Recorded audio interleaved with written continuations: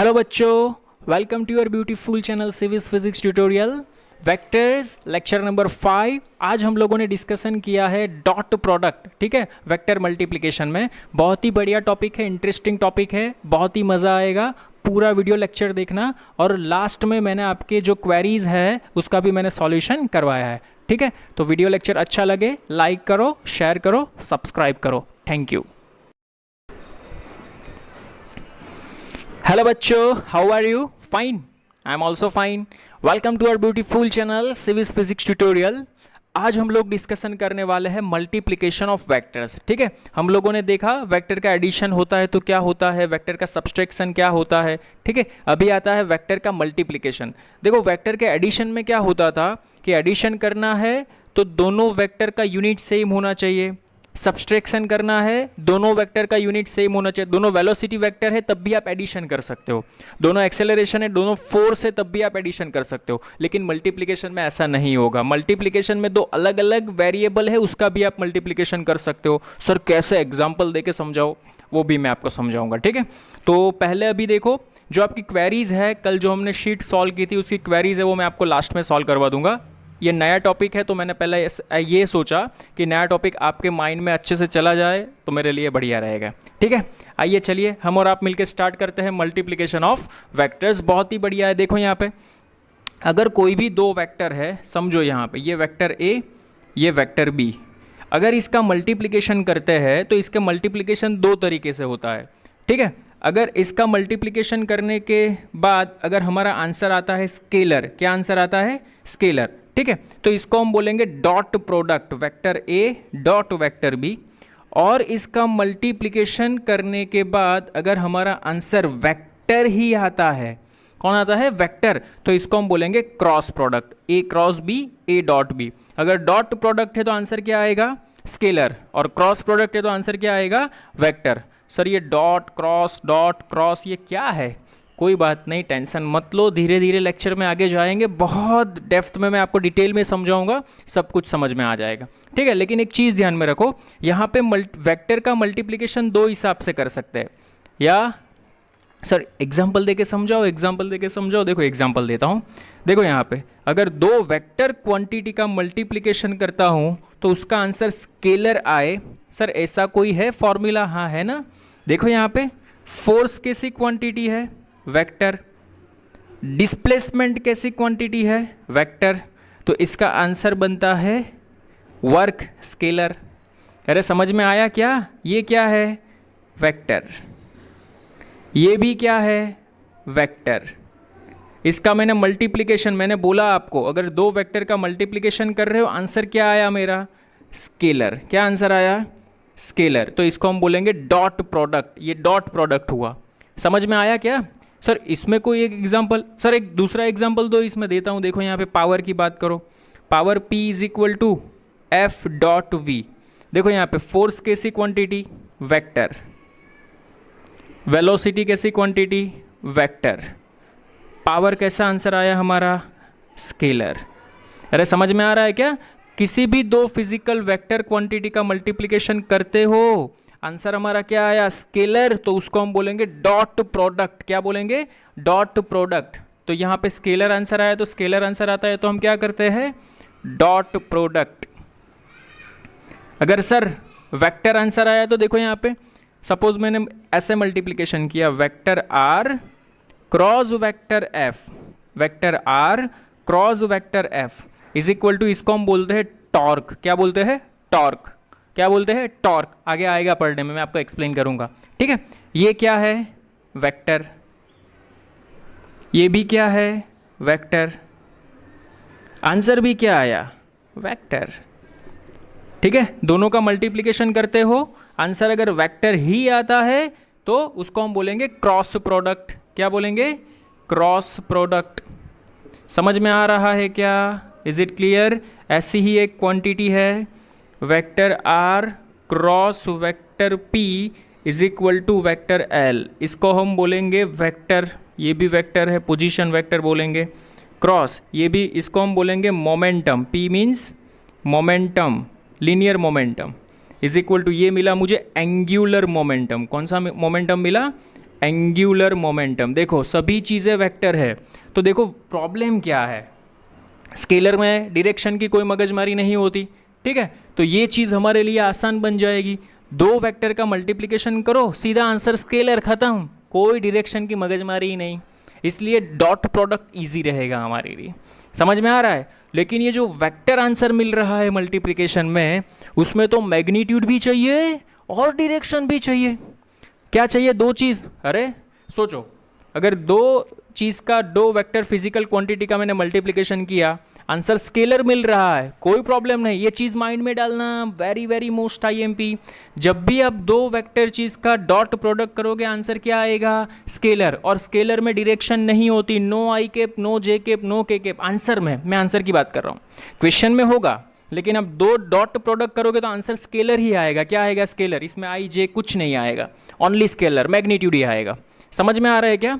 अगर cross product करोगे तो उसका आंसर क्या आएगा? वेक्टर आएगा, ठीक है। तो वेक्टर के साथ क्या जुड़ा हुआ होता है? Direction as well as magnitude, direction as well as magnitude. समझ में आ रहा है क्या? मैंने यहाँ पे आपको एग्जांपल दिए, ये है क्रॉस प्रोडक्ट का और ये है डॉट प्रोडक्ट का।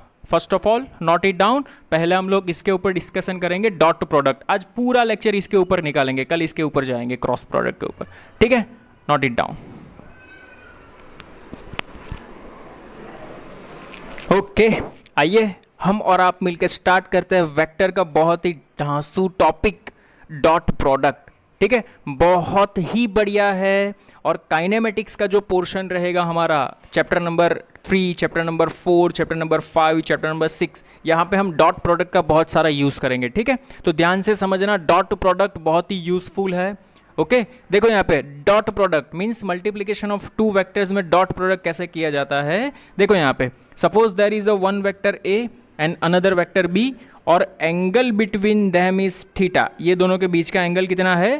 थीटा है, ठीक है। तो what is the scalar multiplication of this two vectors? तो we will write vector A dot vector B. समझना ध्यान से, vector A dot vector B is equal to, multiplication करना है ये दोनों का dot product, vector A dot vector B is equal to magnitude of both vector, A का magnitude A, B का magnitude B, into angle between those two vector. ये दोनों के बीच का एंगल कॉसाइन एंगल। कौन सा angle? Cosine, cos angle.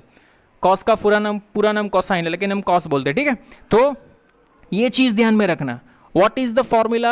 Vector A dot vector B is equal to AB cos theta. Very very most IMP. Vector A dot vector B is equal to AB cos theta. Sir मैं इसको ऐसे लिख सकता हूँ, suppose this one is vector B and this one is vector A और ये रहा इसका बीच का एंगल। तो मैं इसको ऐसे लिख सकता हूँ, vector B dot vector A is equal to B A cos theta. हाँ, डॉट प्रोडक्ट में लिख सकते हो, मैं यहाँ पे मना नहीं कर रहा हूँ, क्रॉस में मना करूँगा, अभी मैं मना नहीं कर रहा हूँ। इसको आप ऐसे भी लिख सकते हो, सपोज इसको वेक्टर बी ले लिया, इसको वेक्टर ए ले लिया, इसको आप ऐसे लिख सकते हो। Is it clear? अरे समझ में आ रहा है क्या? कोई प्रॉब्लम नहीं ना? यहाँ से बहुत ढांसू प्रॉपर्टी हम लोग प्रूव करने वाले हैं। इसका मेन फॉर्मूला याद रखना, vector A dot vector B is equal to what? A B cos theta, otherwise B A B dot A is equal to B A cos theta. कोई प्रॉब्लम क्या? नहीं ना? Okay okay, let's start. देखो यहाँ पे again एक बार आपको याद करवा देता हूं, vector A,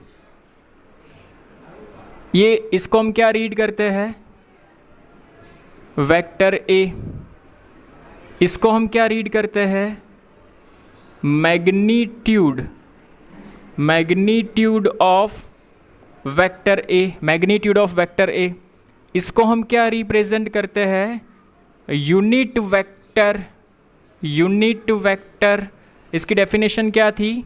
unit vector is equal to vector A upon its magnitude.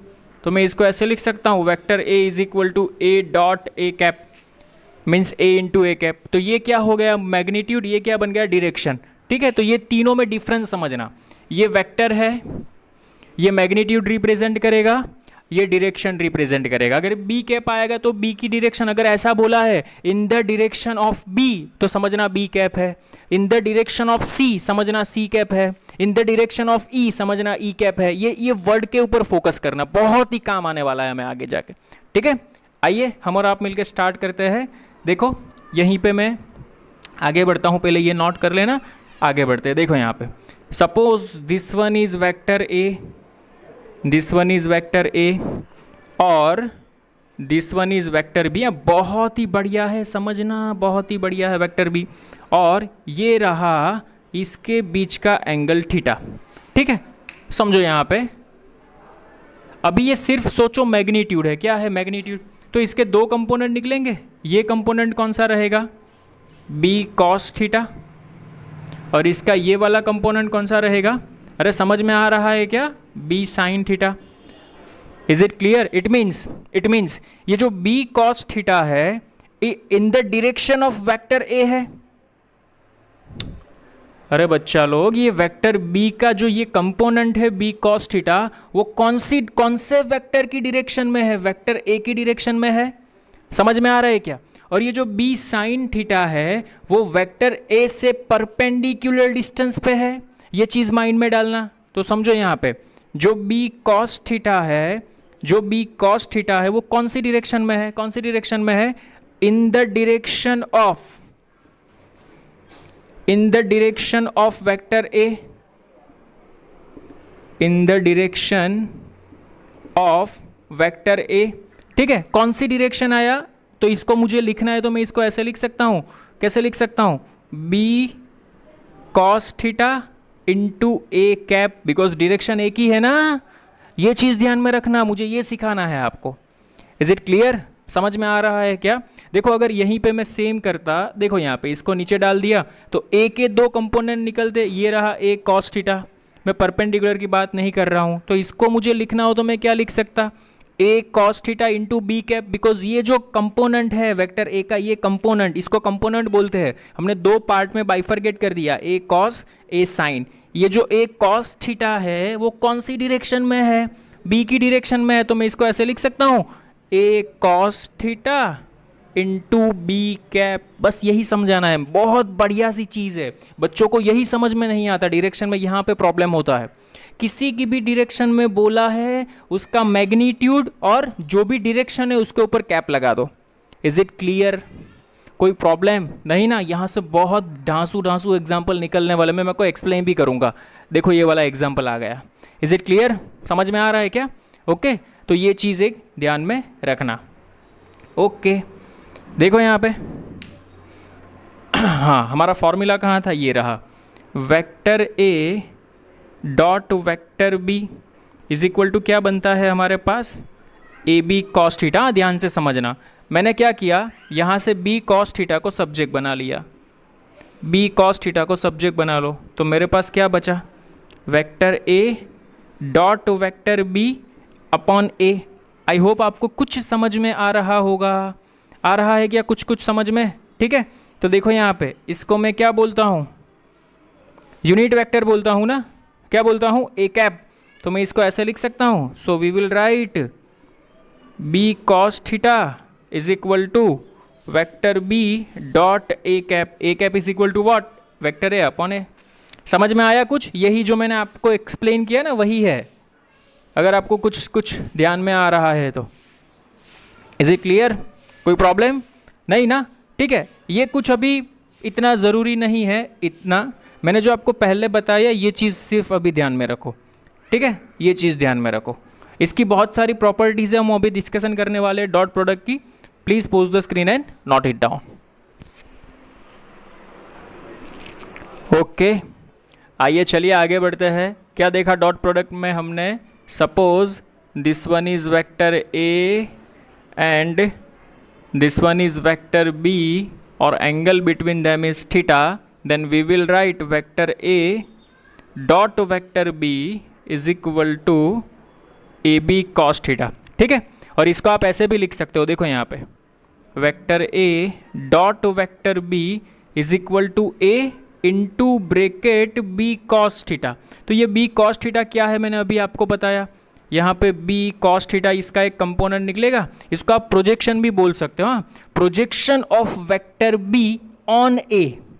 अरे ये इसके दो कंपोनेंट निकाले, एक कंपोनेंट बी कॉस थीटा और एक कंपोनेंट बी साइन थीटा। तो ये बी कॉस थीटा है वो वेक्टर ए के ऊपर है ना, तो आप बी कॉस थीटा को ऐसे भी लिख सकते हो।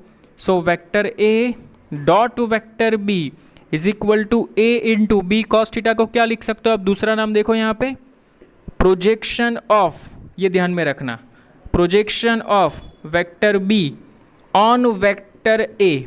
वेक्टर ए के ऊपर इसका प्रोजेक्शन डाला, that is B cos theta. समझ में आया? तो आपको कई बार ऐसा पूछेंगे, find the projection of vector B on A, तो आपका फॉर्मूला क्या रहेगा? So projection of vector B on A is equal to, इसका मीनिंग क्या होता है, आपको बी कॉस थीटा फाइंड करना है। तो ये फाइंड करना है तो ए को नीचे जाने दो। So vector A dot vector B upon ये ए नीचे आ जाएगा मैग्नीट्यूड। अरे समझ में आ रहा है क्या? बहुत ही बढ़िया सी चीज़ है, ध्यान में रखना। Is it clear? उल्टा भी आ सकता है, मैंने आपको उल्टा भी बताया, projection of vector A on B, तो यहाँ पे बी आ जाएगा, नीचे बी आ जाएगा। Is it clear? मैंने दो डायग्राम ड्रॉ करके आपको बताया था ना अभी। ओके, तो ये चीज़ ध्यान में रखना, वेरी वेरी मोस्ट IMP, यहाँ से भी MCQs निकलने के चांसेस रहते हैं। Is it clear? आइए चलिए आगे बढ़ते हैं। Vector A dot vector B is equal to A B cos theta. Sir ये तो हमने देखा है, ठीक है। चलिए, अगर मैंने कॉस थीटा को बना दिया सब्जेक्ट, कॉस थीटा को मैंने क्या बना दिया? Subject. Okay, is equal to क्या बचेगा मेरे पास? Vector A dot vector B upon its magnitude. समझ में आ रहा है क्या? समझ में आ रहा है तो बोलिए यस, मज़ा आएगा।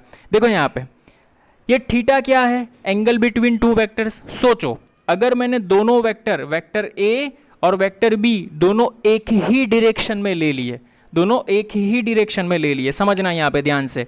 If vector A and vector B are in same direction, बोलो क्या होता है अगर दोनों सेम डायरेक्शन में होते हैं तो एंगल कितना बनेगा?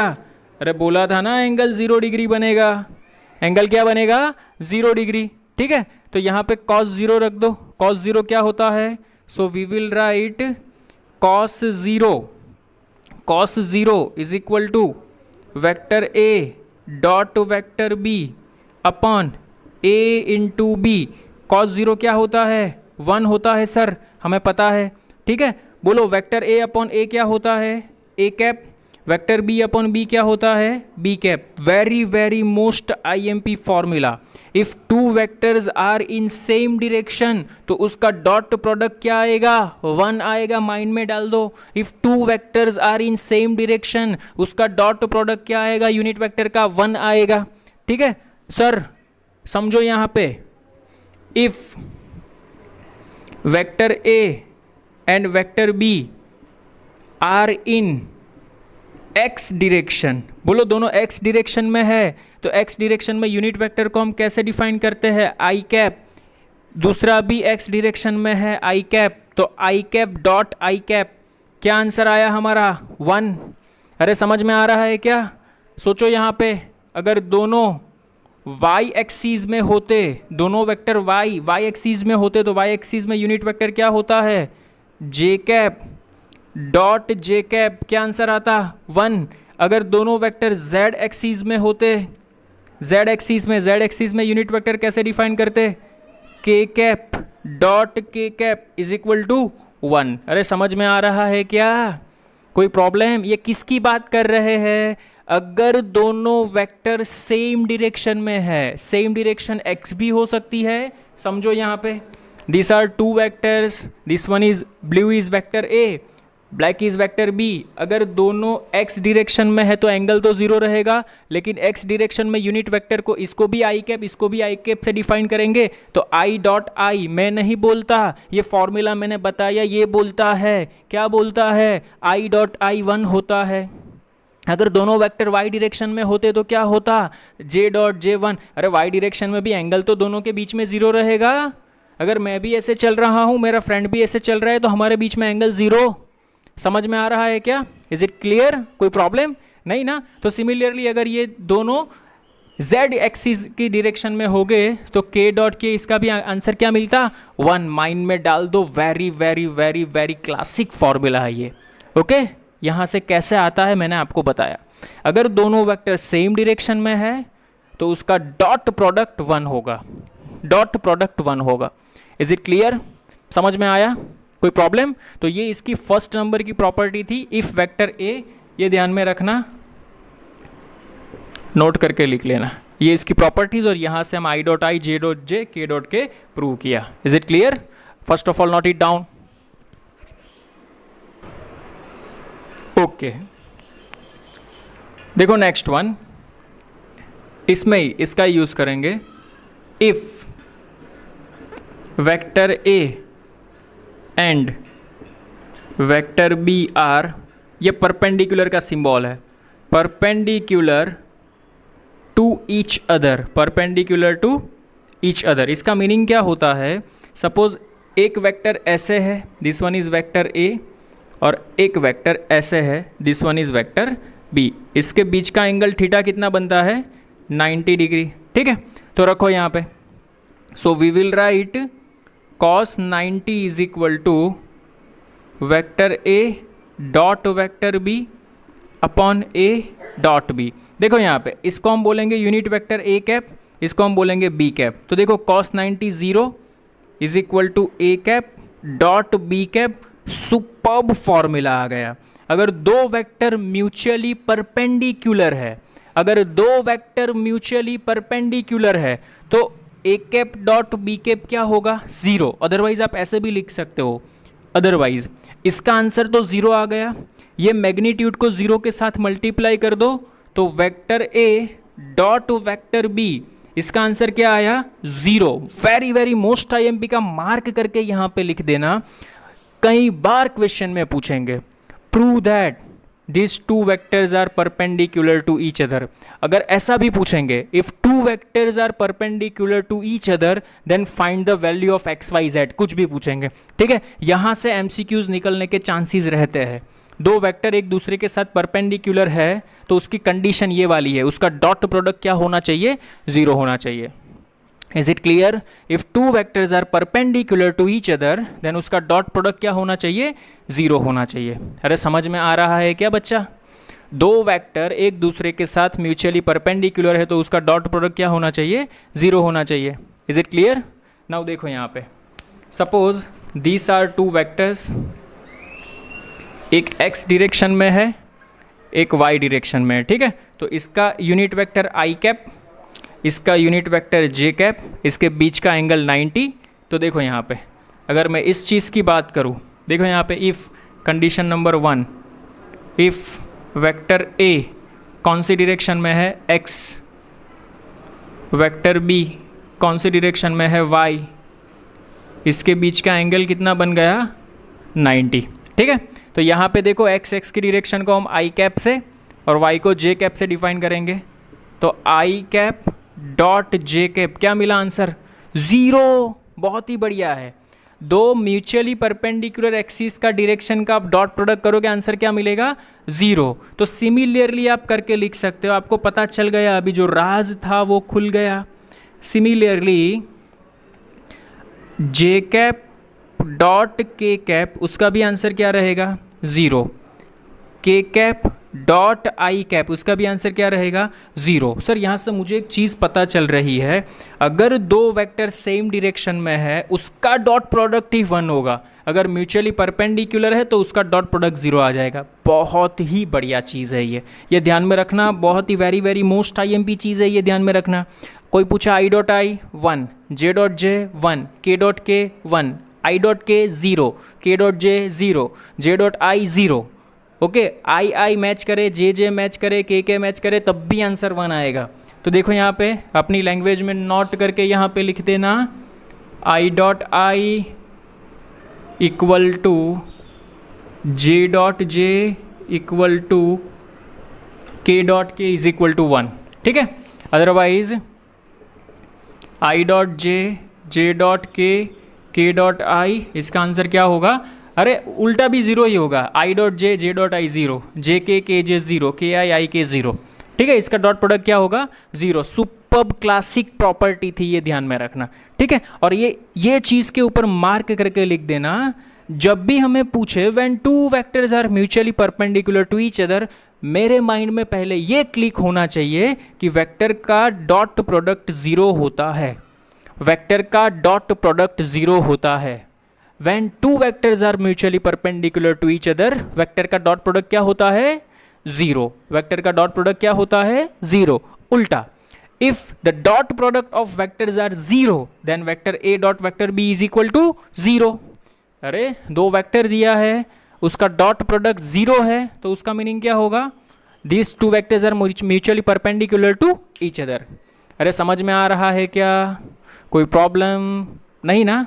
Okay, pose the screen and note it down.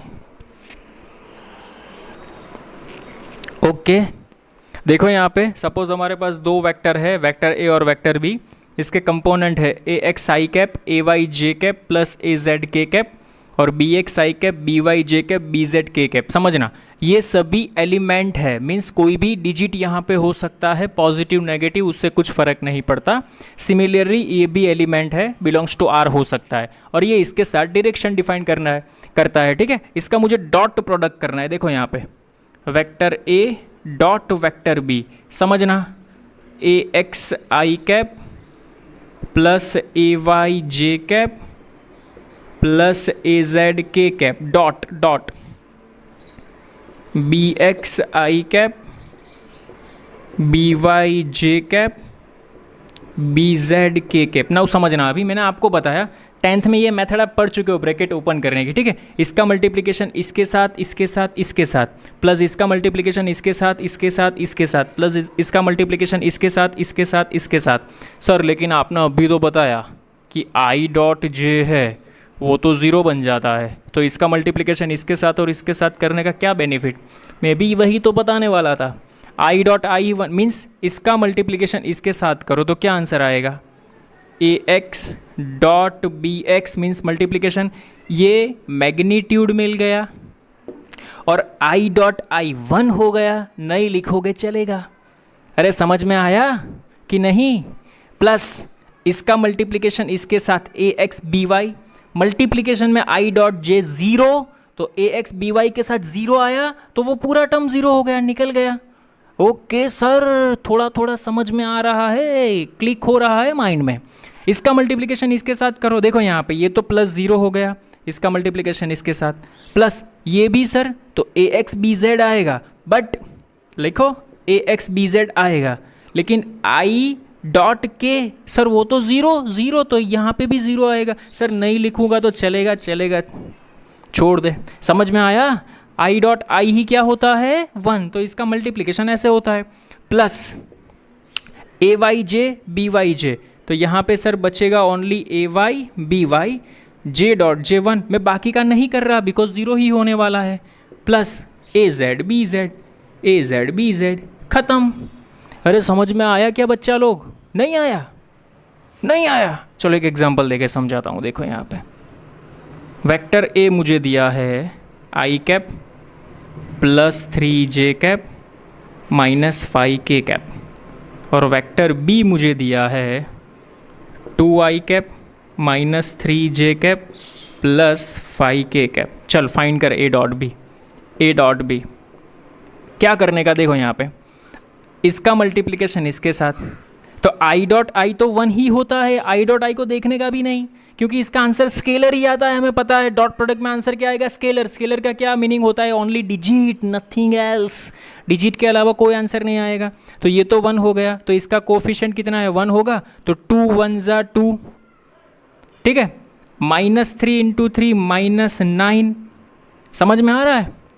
-5 × 5 -25, -2 -9 -7 -7 -25 -7 -25 -32 is our answer. खत्म। देखो ओनली आंसर में no I cap, no J cap, no K cap, only magnitude. तो डॉट प्रोडक्ट का यही तो हमें मज़ा आता है कि जब भी हम डॉट प्रोडक्ट करें तो बुल से भी आई कैप, जे कैप, के कैप नहीं बचना चाहिए। ये चीज़ दिमाग में डालना। समझ में आ रहा है क्या? कोई प्रॉब्लम? सर एक और एग्जांपल लो ना, मज़ा आए। देखो यहाँ पे vector A is equal to i cap plus 2j cap minus k cap, vector B is equal to 2i cap plus 4j cap minus 6k cap. Find कीजिए वेक्टर ए डॉट बी। तो vector A dot B is equal to 2 1 ज़ा 2 plus 4 2 ज़ा 8 minus 6 minus 1 minus minus plus 6 1 ज़ा 6 8 plus 2 10 10 plus 6 16 16 is our answer. ठीक है, ए dot B. आप अपने हिसाब से कोई भी वेक्टर लेकर, सर ऐसा कोई एग्जाम्पल हो तो क्या करें। चलो ये तो मैंने दूसरा ले लिया, एक तीसरा ले लेता हूँ। देखो यहाँ पे वेक्टर ए दिया है I cap plus 5k cap और वेक्टर बी दिया है j cap plus 6k cap. Okay sir, यहाँ तो i है, यहाँ i नहीं है, यहाँ j है, यहाँ j नहीं है, क्या करें हम। कुछ नहीं करने का, ज़ीरो ले लो, I cap plus 0j cap plus 5k cap ऐसा एज्यूम कर लो, और इसको 0i cap plus j cap plus 6k cap. So vector A dot vector B, 0 का मल्टीप्लिकेशन 1 के साथ करो 0, 0 का मल्टीप्लिकेशन 1 के साथ करो 0, 5 इंटू 6 30, 30 इज योर आंसर। ख़त्म, खेला ख़त्म। समझ में आया क्या? बहुत अच्छी तरह समझ में आया डॉट प्रोडक्ट कैसे होता है वो। ओके सो ऐसे अपने आप 10 15 20 जितना हो उतना ट्राई करना डॉट प्रोडक्ट में, ताकि प्रैक्टिस करोगे तो आगे मज़ा आएगा। Is it clear? Note it down. Okay देखो यहाँ पे एग्जाम्पल लिया है, there are 2 vectors are given, और बोला है this 2 vectors are mutually perpendicular to each other, then find the value of alpha. मैंने अब भी बोला आपको की पॉइंट डाल के लिख दो। If 2 vectors are perpendicular to each other, अगर 2 वेक्टर परपेंडिकुलर है एक दूसरे के साथ, तो vector A dot vector B क्या बनता है? 0 बनता है। ये हमने बताया अभी आपको। वेक्टर ए क्या है? तो वेक्टर ए है 2i cap plus 3j cap plus 8k cap. बच्चे जल्दी जल्दी में क्या करते हैं पता है? ऐसे ही लिख देते। पहले देखो कंपलसरी सीक्वेंस में आना चाहिए, तो पहले आई कैप आना चाहिए, 4i cap plus 4j cap plus alpha k cap is equal to 0। अभी इसका डॉट प्रोडक्ट करो, तो 2 का मल्टीप्लिकेशन -4 के साथ -8, इसका मल्टीप्लिकेशन इसके साथ +12, इसका मल्टीप्लिकेशन इसके साथ +8 अल्फ़ा इज इक्वल टू 0। तो ये क्या बन गया मेरे पास? 4 + 8 alpha is equal to 0। So 8 alpha is equal to -4 implies alpha is equal to -1/2। This one is our answer. अरे समझ में आया क्या क्या किया मैंने? वो कुछ नहीं किया, डॉट प्रोडक्ट 0 मल्टीप्लिकेशन करके अल्फ़ा की वैल्यू फाइंड कर लो, ख़त्म, खेला ख़त्म। समझ में आया क्या? ओके देखो यहाँ पे ऐसा बोला है कि कोई एक पार्टिकल है, इसके ऊपर फोर्स लग रहा है, F1 और F2 दोनों फोर्स लग रहे हैं। F1 भी लग रहा है, F2 भी लग रहा है। पार्टिकल इनिशियली ये पोजीशन पे था, ये पोजीशन हमें दी है दिस वन, ये वाली पोजीशन, और जिस टाइम ये फोर्स लगेगा तो पार्टिकल का डिस्प्लेसमेंट सोचो यहाँ पे हुआ।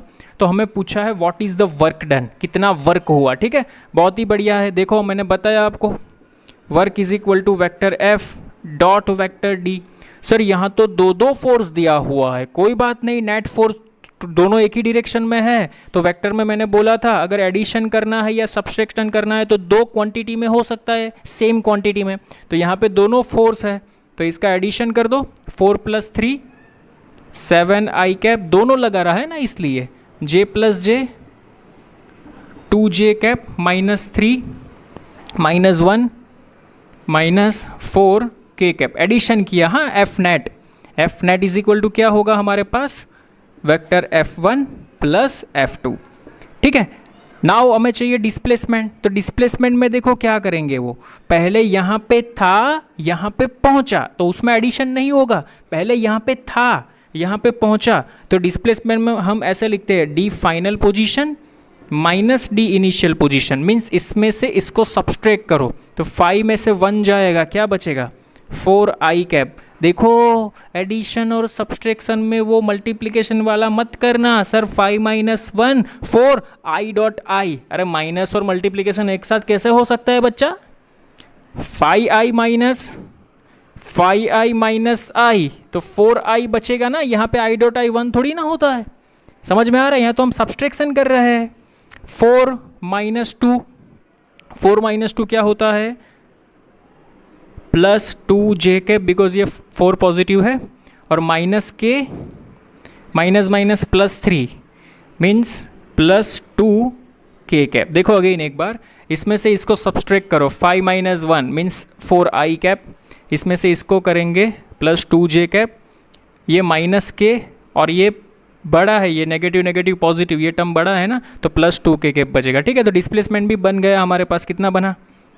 4i cap plus 2j cap plus 2k cap. बस अब भी मल्टीप्लिकेशन तो अब भी होगा। देखो 7 इंटू 4 28, 2 इंटू 2 4 माइनस 8, सो ये बन गया 20 प्लस 4 24 जूल। खेला ख़त्म। अरे समझ में आया क्या क्या किया वो मैंने? सिंपल सा। कई बार ये तो मैंने थोड़ा सा कॉम्प्लिकेटेड लिया, कई बार तो सीधा पूछेंगे फोर्स इतना है, डिस्प्लेसमेंट इतना है, फाइंड द वर्क डन, तो F into D dot product करो, सीधा आंसर आ जाएगा। यहाँ पे अगर आपको देखो 2 पोजीशन वेक्टर दिया है, पार्टिकल यहाँ से डिस्प्लेस करके यहाँ पे आया, तो पोजीशन वेक्टर मीन्स ये डिस्प्लेसमेंट में से फाइनल में से इनिशियल को सब्सट्रैक्ट कर दो तो आपको पोजीशन वेक्टर मिल जाएगा। अरे समझ में आ रहा है क्या? कोई दिक्कत नहीं ना? Note it down. देखो नेक्स्ट एग्जाम्पल में ऐसा बोला है, एक बॉडी के ऊपर फोर्स लग रहा है इतना, ठीक है, अभी उसने डिस्प्लेसमेंट आपको लैंग्वेज के फॉर्म में रिप्रेजेंट किया है। ठीक है, तो देखो यहाँ पे सॉल्यूशन हमें पूछा है फाइंड द वर्क, तो वर्क का फॉर्मूला क्या रहता है? Work is equal to force into displacement.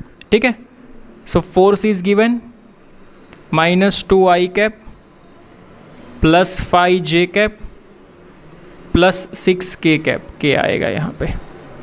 ठीक है, और उसे ऐसा बोला है डिस्प्लेस्ड इन y डायरेक्शन 10 मीटर। तो मैंने आपको सिखाया था इसका मीनिंग क्या होता है। इसका मीनिंग होता है 10j कैप डिस्प्लेस्ड इन y डायरेक्शन। y डायरेक्शन को हम j कैप से डिफाइन करते हैं और मैग्नीट्यूड दिया है 10, तो इसका वेक्टर बन गया 10j कैप। खत्म, बस मल्टीप्लिकेशन कर दो, i डॉट j तो 0 रहेगा, सिर्फ यही बचेगा हमारे पास। 10 into 5, work done is 50 joule. खत्म। अरे समझ में आया? अगर ऐसा बोला होता नेगेटिव y डायरेक्शन, तो यहाँ पे माइनस 10j के पाता, तो यहाँ पे हमारा आंसर माइनस 50 जूल आता। अगर ऐसा बोला होता पॉजिटिव x डायरेक्शन, तो यहाँ पे 10i के पाता, हमारा आंसर 20 आता। अपने आप बना के सॉल्व करना, जो भी बोला है वो। ठीक है, समझ में आ रहा है? डायरेक्शन अपने आप बना सकते हो क्या? Negative x axis, negative y axis, positive x axis, positive y axis, z में भी नेगेटिव पॉजिटिव बना के मल्टीप्लिकेशन डिस्प्लेसमेंट के साथ करना, आपको वर्क मिलता रहेगा। Is it clear? ओके, तो आज का लेक्चर में ये डॉट प्रोडक्ट को हम यहीं पे रखते हैं। इसकी प्रैक्टिस करना बहुत ही बढ़िया है। कल के लेक्चर में इसके ऊपर हम एग्जाम्पल और MCQ सॉल्व करेंगे, उसके बाद डॉट प्रोडक्ट को हाथ में लेंगे। ठीक है, so please pose the screen and note it down. Query में क्या था आपका? क्वेश्चन नंबर 10 एक था कि देखो यहाँ पे क्वेश्चन नंबर 10 में क्या बोला है कि एक वेलोसिटी वेक्टर है, उसके 2 कंपोनेंट दी है। Vx का मीनिंग होता है x की डायरेक्शन में कंपोनेंट का मीनिंग ओनली मैग्नीट्यूड, और y का मीनिंग होता है y की डायरेक्शन में मैग्नीट्यूड। ठीक है, तो ये दोनों is given Vx and Vy, और ये कोई वेलोसिटी वेक्टर होगा जिसके 2 अरे सीधी सी बात है, अगर फर्स्ट क्वाड्रेंट में होगा एंगल थीटा पे वेक्टर, तभी इसके 2 कंपोनेंट निकलेंगे। अगर यहाँ पे होता तो एक नीचे और एक यहाँ पे निकलता। अगर यहाँ पे वेलोसिटी वेक्टर होता तो एक नीचे और एक इस डायरेक्शन में कंपोनेंट निकलता। लेकिन यहाँ पे बोला है बोथ आर पॉजिटिव, दोनों पॉजिटिव है, तो एक कंपोनेंट यहाँ पे, एक कंपोनेंट यहाँ पे, और ये एंगल हमने ले लिया थीटा। अब क्वेश्चन में ऐसा पूछा है, देखो क्वेश्चन में क्या कहा है? The direction of the motion of the body with the horizontal. ये जो पार्टिकल मोशन v वेलोसिटी से मोशन कर रहा है, तो हॉरिजॉन्टल के साथ कितना एंगल बनाएगा?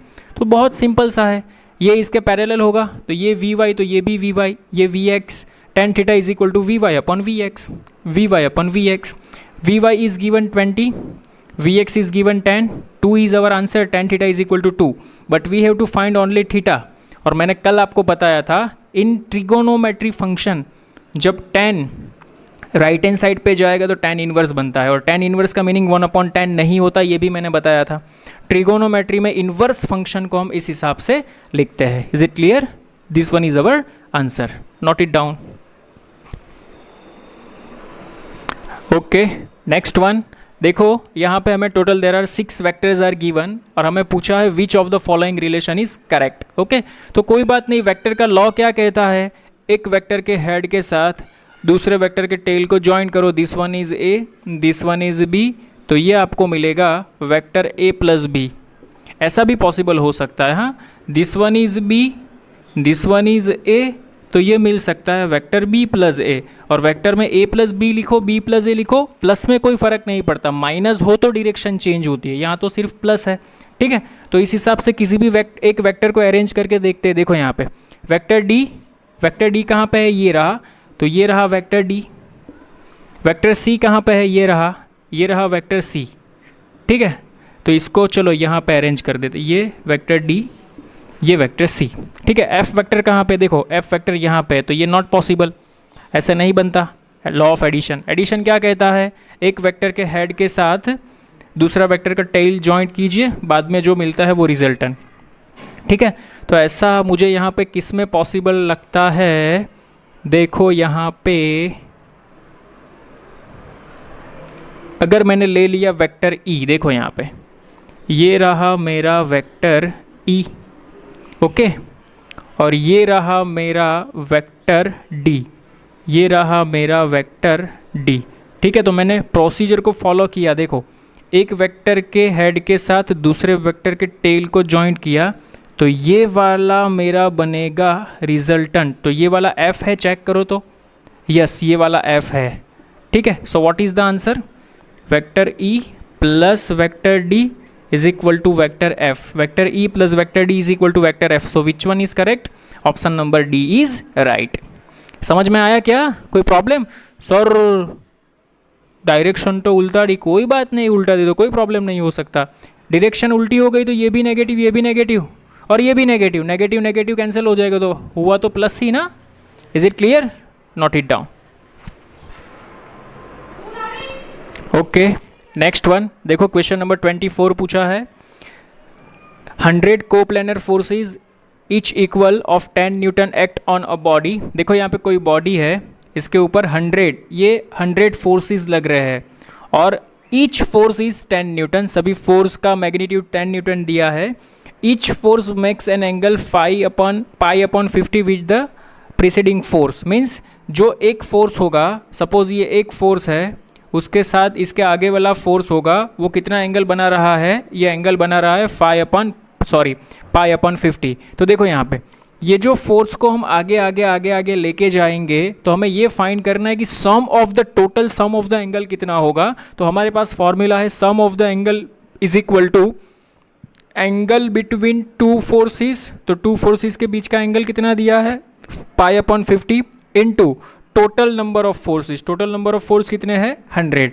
तो पाई अपॉन 50 इंटू 100, तो हमारा आंसर क्या आया, 2 पाई, मीन्स सम ऑफ एंगल 2 पाई। 2 पाई का मीनिंग क्या होता है कि इवन नंबर आता है, इसका मीनिंग क्या होता है कि हर एक फोर्स एक पॉइंट, सपोज ये वाला पॉइंट है तो यहाँ पे एक फोर्स लगेगा, तो इसकी अपोजिट डायरेक्शन में दूसरा फोर्स लगेगा, मीन्स इसकी इफेक्ट को ये कैंसिल कर देगा, इसकी इफेक्ट को ये कैंसिल कर देगा। अदरवाइज आप ऐसा भी बोल सकते हो कि ये जो सभी फोर्स है, मैं 100 तो नहीं ड्रॉ कर रहा हूँ, लेकिन आपको सिर्फ बता रहा हूँ, ये क्लोज लूप में बन जाएंगे। और मैंने आपको बताया था जब क्लोज लूप बनता है तो नेट फोर्स कितना बनेगा, नेट रिजल्टेंट 0 बनेगा वेक्टर का। तो यहाँ पर नेट फोर्स क्या बनेगा, 0। So our answer is 0। Clear, okay. देखो next one, question number 25, 3 concurrent का मीनिंग क्या होता है, किसी एक पॉइंट पे फोर्स लग रहा है, अदरवाइज किसी एक पॉइंट से फोर्स निकल रहा है। ठीक है, same magnitude are in equilibrium.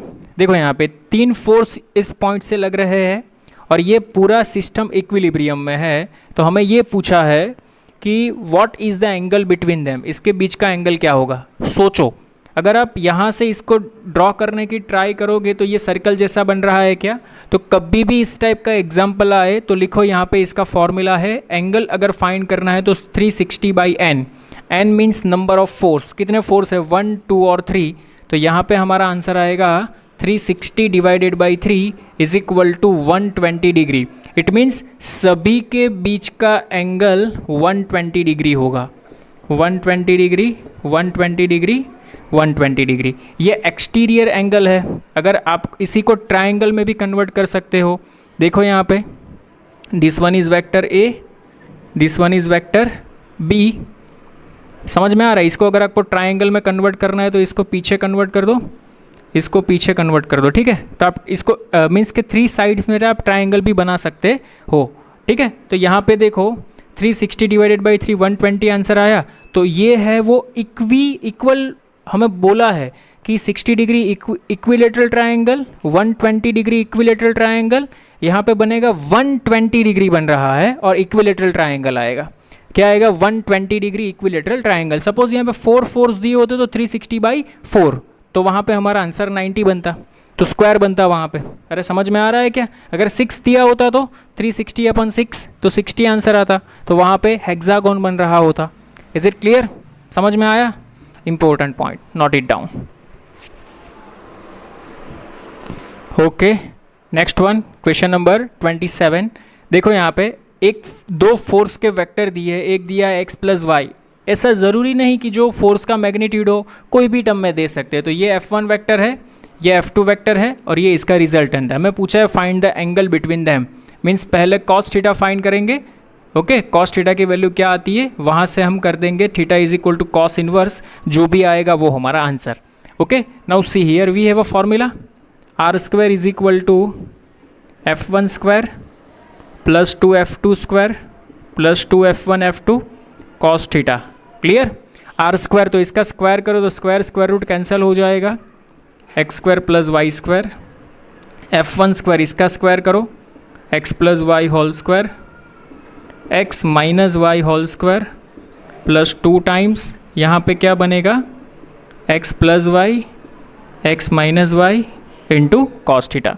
ठीक है, so X square plus Y square is equal to, इसको स्प्लिट कर दो, X square plus Y square plus 2xy, X square minus X square plus Y square minus 2xy plus 2 into, मैं इसको ऐसा लिख सकता हूँ, X square minus Y square into cos theta. समझ में आया? स्टेप समझ लेना। देखो यहाँ पे ये कैंसिल हो जाएगा, ये भी 1 टाइम कैंसिल हो जाएगा, ये एक बार बचा, लेफ्ट हैंड साइड लिख दो, minus X square plus Y square bracket में लिखा, ये पूरा टर्म लेफ्ट हैंड साइड आएगा माइनस हो जाएगा, is equal to 2 into X square minus Y square into cos theta. तो यहाँ से देखो कॉस थीटा की वैल्यू मुझे क्या मिली, कॉस थीटा की वैल्यू मिली minus X square plus Y square upon 2 into X square minus Y square. ठीक है, तो मुझे कॉस थीटा चाहिए था, वो तो मिल गया। तो थीटा को सब्जेक्ट बना दो, theta is equal to cos inverse minus X square plus Y square upon 2 into X square minus Y square. और मैंने आपको बताया था अगर cos is even function, cos negative sign absorb कर लेता है तो इसका आंसर कॉस थीटा हो जाता है। अगर ऑप्शन में ये दिया है तो भी सही है और नेगेटिव साइन एब्जॉर्ब कर लिया है तो भी सही है। चेक कर लो विच वन इज़ करेक्ट। 27 में cos inverse minus X square plus Y square upon 2 X square minus Y square. I think option number A is right. 27 option number A is right. Okay, option number A is right, note it down.